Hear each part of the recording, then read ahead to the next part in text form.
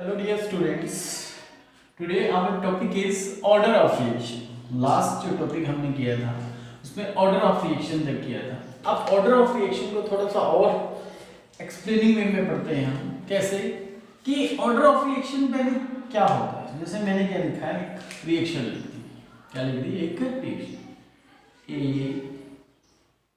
B give rise to सी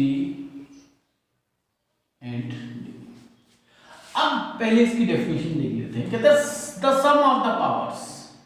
कहता जो sum किसका? पावर्स का. In which the concentration terms are raised in the rate law. कहता rate law के अंदर जो हम कंसंट्रेशन लिखते हैं, सपोज दैट इसका रेट लॉ लिखना होगा. क्या लिखना होगा? Rate law. Rate law. अब रेट लॉ कैसे लिखेंगे हम?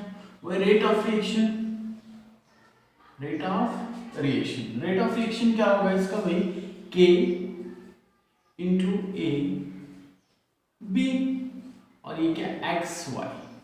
अब ये इसका रेट लॉ लिखा है मैंने, ये ए और बी नहीं लिखा. क्यों?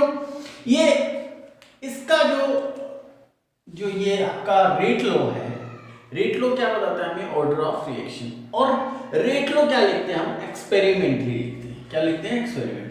अब मैंने ये रिएक्शन लिखा, अगर एज इट इज तो इसको थ्योरेटिकली. अब ये स्टिकोमेट्रिक कोएफिशिएंट ए और बी, एक्स की वैल्यू ए के इक्वल भी हो सकती है, वाई की वैल्यू बी के भी इक्वल भी हो सकती है. लेकिन हम एक्स और वाई क्यों लिख रहे हैं? क्योंकि ये एक्सपेरिमेंटली क्या है? डिटरमाइंड है कि हमें जब भी रेट लॉ दिया होगा वो क्या होगा? एक्सपेरिमेंटली. ये नहीं है हम किसी रिएक्शन को देख के, मैंने ये रिएक्शन देखी और इसका रेट लॉ लिख दिया. ऐसा कुछ कोई भी फंडा नहीं है कि आप एक रिएक्शन को देख के क्या लिख दो? Rate law.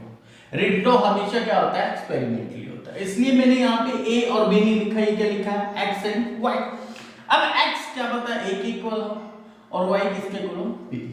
तो मे और मे नॉट इक्वल भी हो सकता है और नहीं भी हो सकता. अब रेट लॉ मैंने इसका लिख दिया. अब इसकी डेफिनेशन पे चलते हैं. Sum of the powers. अब ये पावर्स है x and y, in which the concentration terms are raised in the rate law. ये कंसंट्रेशन टर्म्स है और किसके अंदर है? रेट लॉ के अंदर. और इनकी क्या है? Powers. Rate law equation two express the observed rate of reaction. और ये क्या है? इसका रेट ऑफ रिएक्शन. अब इसका ऑर्डर ऑफ रिएक्शन क्या होगा? Order of reaction. Order of reaction क्या होगा? x plus y. X plus y. तो x प्लस वाई की वैल्यू जो भी होगी वो क्या होगी? आपकी ऑर्डर ऑफ रिएक्शन. क्या होगा? Order of reaction. Order of reaction zero भी हो सकता है, पॉजिटिव भी हो सकता है, नेगेटिव भी हो सकता है और फ्रैक्शनल भी हो सकता है.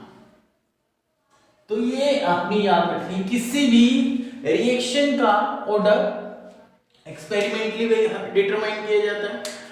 एक्सपेरिमेंटली कैसे? रेट ला दिया होगा और उसमें वो एक्सपेरिमेंटली होगा और उसकी जो पावर्स है उनका सम क्या होगा? Order of reaction. अब ये जीरो भी हो सकता है, पॉजिटिव भी हो सकता है, नेगेटिव एंड फ्रैक्शनल. ये था आपका ऑर्डर ऑफ रिएक्शन. क्या था? Order of reaction. अब ऑर्डर ऑफ रिएक्शन को रिप्रेजेंट करने के लिए क्या है? कोई भी ऑर्डर की रिएक्शन है उसकी क्या चाहिए हमें? यूनिट्स. यूनिट्स हम क्या पढ़ रहे हैं? यूनिट्स. किसके लिए? Order of reaction. अब ऑर्डर क्या हो सकता है? 0 1 2 3 nth कुछ भी हो सकता है. तो हम जो आपके सिलेबस में गिवन है वही हम ऑर्डर ऑफ रिएक्शन की यूनिट्स को स्टडी करेंगे. अब किसी भी ऑर्डर ऑफ रिएक्शन की यूनिट्स हम कैसे? बड़ा इजीली सा फॉर्मूला है किसी को फाइंड करने का. सबसे पहले तो आपको कंसंट्रेशन की यूनिट पता होनी चाहिए. कंसंट्रेशन की यूनिट क्या होती है? मोल litre inverse. Mole litre inverse. अब आपने फार्मूला क्या करना है? आपके पास फार्मूला है. सपोज दैट मैंने जीरो ऑर्डर की क्या करनी है? यूनिट फाइंड करनी है. तो मैं क्या यूज करूंगा? Concentration upon time multiplied 1 by concentration और उसकी पावर क्या है? जो आपका ऑर्डर है. क्या है? ऑर्डर. अब ऑर्डर क्या है? 0 है, 1 है, 2 है, जो भी आपका. अब यहाँ पे ऑर्डर क्या है? अगर 0 के लिए मैंने देखनी है तो यहाँ पे क्या आएगा? 0. तो कंसंट्रेशन की क्या होती है? मोल litre inverse upon second multiply 1. अब मोल लीटर इनवर्स, इसकी पावर क्या होती है? 0. अब जिसकी पावर 0 उसको हम क्या मान लेते हैं 1, तो ये आपका क्या हो गया 1, और ये सेकंड ऊपर जाके क्या हो गया इनवर्स। तो mole, litre inverse and second inverse, ये किसके लिए यूनिट आ गए, जीरो ऑर्डर रिएक्शन के। सेम एज आप फर्स्ट के लिए फाइंड आउट कर सकते हो, लाइक मैंने फर्स्ट ऑर्डर के लिए फाइंड करनी है, क्या करनी है यूनिट, तो मैं क्या करूं वही mole litre inverse upon second multiplied by 1 by concentration की पावर क्या आएगा, फर्स्ट ऑर्डर है तो 1 आएगा, तो mole litre inverse, mole litre inverse से मोल लीटर इनवर्स कैंसिल, तो आपकी क्या आ गई सेकंड इनवर्स, क्या आ गई सेकंड इनवर्स। ये थी आपकी फर्स्ट ऑर्डर। सपोज दैट आपने थर्ड ऑर्डर के लिए निकालना है, क्या निकालना है थर्ड ऑर्डर के लिए यूनिट फाइंड करनी है, क्योंकि आपका इससे रिलेटेड क्वेश्चन आता है कि आपको एक रेट कांस्टेंट दिया जाता है, ये जो हम यूनिट्स फाइंड कर रहे हैं किसकी फाइंड कर रहे हैं के की, किसके के रेट कांस्टेंट की यूनिट गिवन होगी और आपसे पूछ लेगा कि इसका ऑर्डर ऑफ रिएक्शन बताइए, हम क्वेश्चन भी करेंगे लास्ट में। अब सपोज दैट थर्ड ऑर्डर है, क्या है थर्ड ऑर्डर, अब थर्ड ऑर्डर के लिए क्या निकालेंगे वही concentration mole litre inverse upon second multiplied by 1 upon concentration mole, अब लीटर इनवर्स, इसकी पावर कितनी है 3, अब ये मोल क्या है 3, अब इसको थोड़ा खोल के लिख लेता हूं, मोल क्या हो गया 3 और ये क्या हो गया 3, अब मोल 3 ऊपर जाके क्या हो गया माइनस हो गया, तो मोल ये ऊपर माइनस हो गया तो एक माइनस गया तो -2, मोल क्या हो गया -2, ये पॉजिटिव हो जाएगा, पॉजिटिव में से एक गया लीटर 2 और सेकंड एज इट इज, तो ये किसकी आ जाएगी थर्ड ऑर्डर के लिए यूनिट्स। आप ऐसे क्या फाइंड आउट कर सकते हो, किसी भी ऑर्डर के लिए यूनिट फाइंड आउट कर सकते हो। अब इससे रिलेटेड एक क्वेश्चन देखिए, बड़ा इजी सा क्वेश्चन होता है ऐसे क्वेश्चन से रिलेटेड, सॉरी ऐसे टॉपिक से रिलेटेड। अब ये इजी सा न्यूमेरिकल है आपके लिए, देखिए identify the reaction order from each of the following. अब आपके पास क्या है रेट कांस्टेंट की वैल्यू, क्या है रेट कांस्टेंट की वैल्यू। अब बच्चे सोचने लग जाते हैं पता नहीं इसमें क्या करना है, न्यूमेरिकल वैल्यू गिवन है, तो ऐसा कुछ नहीं सोचते इसमें, आप देखिए जस्ट इसका यूनिट, क्योंकि उसने क्या पूछा है ऑर्डर पूछा, क्या पूछा है ऑर्डर, तो आपके पास ये ऑर्डर देखिए, अगर मैं इसको लिखूं mole inverse litre second inverse, अब वैसे नॉर्मली क्या होता है ऊपर मोल लीटर इनवर्स, अब मोल क्या हो गया है, मोल के अंदर क्या हो गया यहाँ पे, अब मोल जनरली क्या होता है पॉजिटिव होता है, और यहाँ पे क्या हो रहा है नेगेटिव, नेगेटिव कब आता है, अब फर्स्ट ऑर्डर में तो कैंसिल हो जाएगा, लेकिन अगर सेकंड ऑर्डर है हमारे पास, सेकंड ऑर्डर में क्या आ जाएगा नीचे मोल litre inverse upon second 1 upon mole 2 litre 2, अब ये 2 ऊपर जाके क्या आ जाएगा माइनस, इसका मतलब माइनस आ गया, लीटर 2 ऊपर जाके पॉजिटिव, मींस लीटर पॉजिटिव हो गया सेकंड इनवर्स, इट मींस इसका ऑर्डर क्या है सेकंड ऑर्डर है, कौन सा ऑर्डर है सेकंड ऑर्डर, और ये तो बिल्कुल एक यूनिक सी यूनिट है, आपने याद रखनी है, सेकंड इनवर्स कहीं भी हो वो किसके लिए होगी फर्स्ट ऑर्डर के लिए, किसके लिए फर्स्ट ऑर्डर के लिए। तो आप ऐसे क्या कर सकते हो, किसी का भी ऑर्डर क्या कर सकते हो फाइंड कर सकते हो। तो ये था हमारा ऑर्डर ऑफ रिएक्शन। अब ऑर्डर ऑफ रिएक्शन के अंदर आपको कुछ रिएक्शन का भी पता होना चाहिए कि कौन सी जीरो ऑर्डर की है, फर्स्ट ऑर्डर की है, सेकंड ऑर्डर की है या थर्ड ऑर्डर की, तो वो कैसे आप बताओगे किसी। अब वैसे तो आप जो हमारी जो फर्स्ट ऑर्डर है, सेकंड ऑर्डर है या थर्ड ऑर्डर है, वो तो हम रेट ला के बेस पे बता सकते हैं, लेकिन एक जीरो ऑर्डर रिएक्शन है जो आप डायरेक्टली अगर आपको रेट ला ना भी दिया हो तो भी आप क्या कर सकते हो उसको बता सकते हो। उसको बताने का सबसे इजी मेथड क्या है, देखो कोई भी जीरो ऑर्डर रिएक्शन होगी वो क्या होगी कंसंट्रेशन पे कभी भी डिपेंड नहीं होगी, मींस इंडिपेंडेंट होती है। क्या होती है इंडिपेंडेंट, सबसे बड़ी बात इंडिपेंडेंट होती है, किस पे होती है independent of the concentration, means concentration से उसका कोई मतलब नहीं है। तो सबसे पहले बात इंडिपेंडेंट होगी। सेकेंडली जो आपने माइंड में रखनी है जीरो ऑर्डर रिएक्शन को बताने का सबसे इजी मेथड, उसके ऊपर क्या लगा होगा, कोई ना कोई कैटलिस्ट। जहां पे कैटलिस्ट लगा हुआ है रिएक्शन के ऊपर, उसको ऑन बंद करके क्या लिखना है, जीरो ऑर्डर रिएक्शन। बाकी कोई भी रिएक्शन है चाहे वो फर्स्ट ऑर्डर है, सेकंड ऑर्डर है, थर्ड ऑर्डर है, आपको बताने के लिए उसको क्या लिखना पड़ेगा, रेट लॉ। और रेट लॉ क्या होता है, एक्सपेरिमेंटली। तो बाकियों का ऑर्डर हम एक्सपेरिमेंटली एक्सप्लेन कर सकते हैं, वो डायरेक्टली हम नहीं बता सकते। ये था हमारा ऑर्डर ऑफ रिएक्शन। जो नेक्स्ट टॉपिक है हमारा वो है मॉलिक्यूलेटिव। क्या है, मॉलिक्यूलेटिव। बड़ा इंपॉर्टेंट टॉपिक है ये भी केमिकल काइनेटिक्स का। अब मॉलिक्यूलेटिव क्या होती है, मॉलिक्यूलेटिव होती है the number of reacting species, the number of reacting species। अब वो reacting species क्या हो सकती है, एटम्स भी हो सकते हैं, मॉलिक्यूल्स भी हो सकते हैं और आयंस भी हो सकते हैं। The number of reacting species, atom भी हो सकते हैं, मॉलिक्यूल्स भी हो सकते हैं और आयंस भी हो सकते हैं। पार्टिसिपेटिंग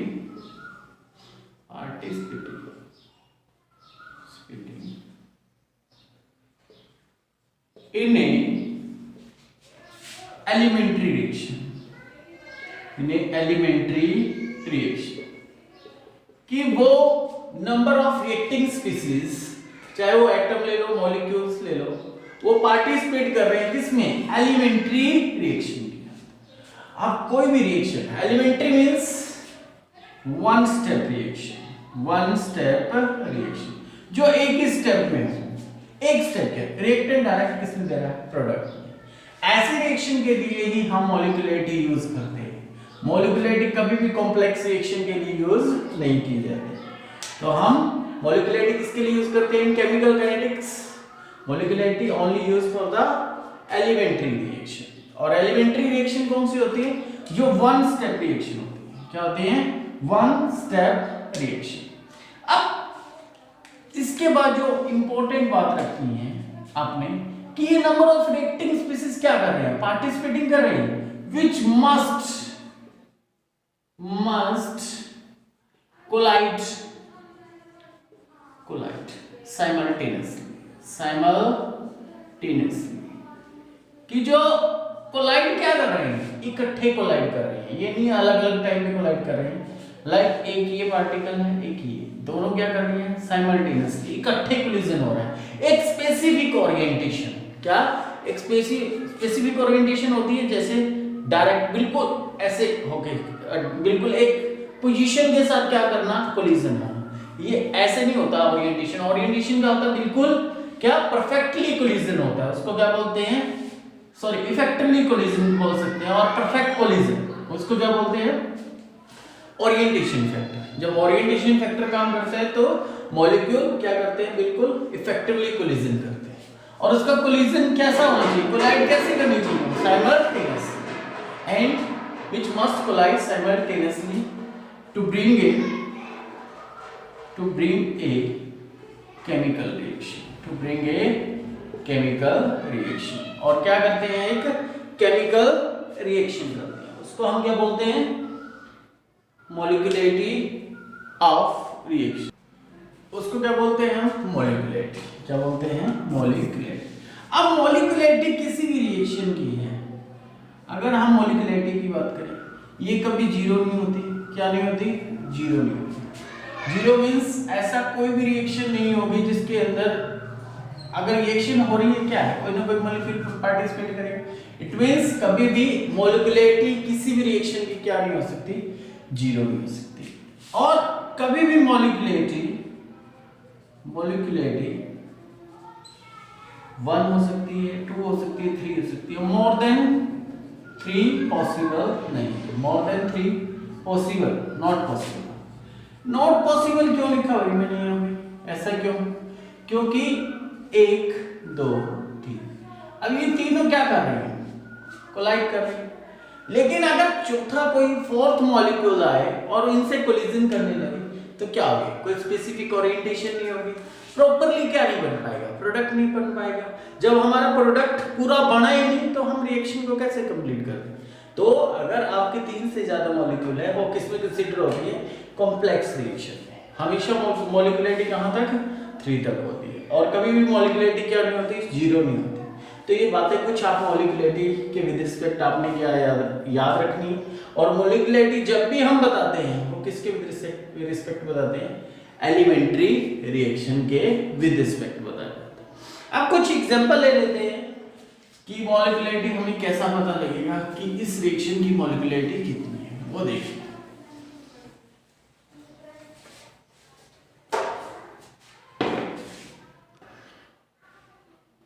अब ये कुछ रिएक्शन है आपके पास, अब इनके अंदर क्या बताना है, मॉलिक्यूलरिटी बतानी है। क्या बतानी है, मॉलिक्यूलरिटी।